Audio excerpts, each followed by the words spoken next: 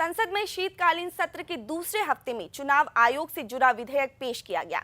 इस विधेयक को विपक्षी पार्टियों ने चुनाव आयोग के कामकाज में हस्तक्षेप भी बताया है। विपक्षी दलों का कहना है कि इससे आयोग की स्वायत्तता से समझौता होगा। सरकार की नीयत पर सवाल खड़े करते हुए विपक्षी दलों ने कहा कि इस विधेयक को कानूनी अमली जामा पहनाने पर देश के सर्वोच्च चुनाव अधिकारियों के रूप में ऐसे लोगों की नियुक्तियां होगी जो जी हजूरी करते हैं। ऐसा होने पर आयोग की स्वतंत्रता कुचल दी जाएगी। आम आदमी पार्टी की सांसद राघव चड्ढा ने कहा कि चुनाव आयोग की नियुक्ति के लिए प्रस्तावित नई चयन समिति में नियंत्रण और संतुलन का ध्यान नहीं रखा गया है। सरकार ने इसका पूरा नियंत्रण अपने हाथों में ले लिया है। चीफ जस्टिस की जगह कैबिनेट मंत्री को नियुक्त करने से चयन समिति में सरकार के पास 2 वोट होंगे।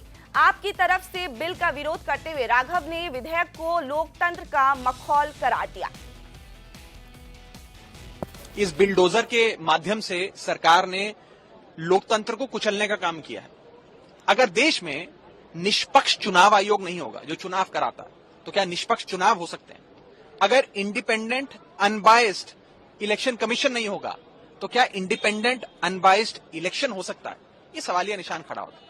सुप्रीम कोर्ट ने एक फॉर्मूला दिया और कहा कि 3 मेंबर की समिति बनाइए, प्रधानमंत्री, नेता प्रतिपक्ष और चीफ जस्टिस ऑफ इंडिया, और ये समिति तय करे कि कौन चुनाव आयोग में बैठेगा, उसका गठन कैसे होगा। आज सरकार ये बिल लाकर इस 3 मेंबरी समिति में से प्रधानमंत्री को नहीं छेड़ती, नेता प्रतिपक्ष को नहीं छेड़ती, लेकिन चीफ जस्टिस ऑफ इंडिया को बाहर का दरवाजा दिखाकर एक मनोनीत कैबिनेट मंत्री उसकी जगह बिठा देती है। यानी कि अब इस 3 मेंबरी समिति में हमेशा 2 वोट सरकार के पास होंगे, प्रधानमंत्री का और कैबिनेट मंत्री का। नेता प्रतिपक्ष चाहे साथ जाए या उनके खिलाफ जाए, तो 2-1 से हमेशा बहुमत सरकार के पास है।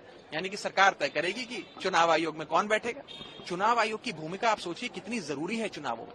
किसका वोट बनेगा, किसका वोट कटेगा, चुनाव आयोग तय करता है।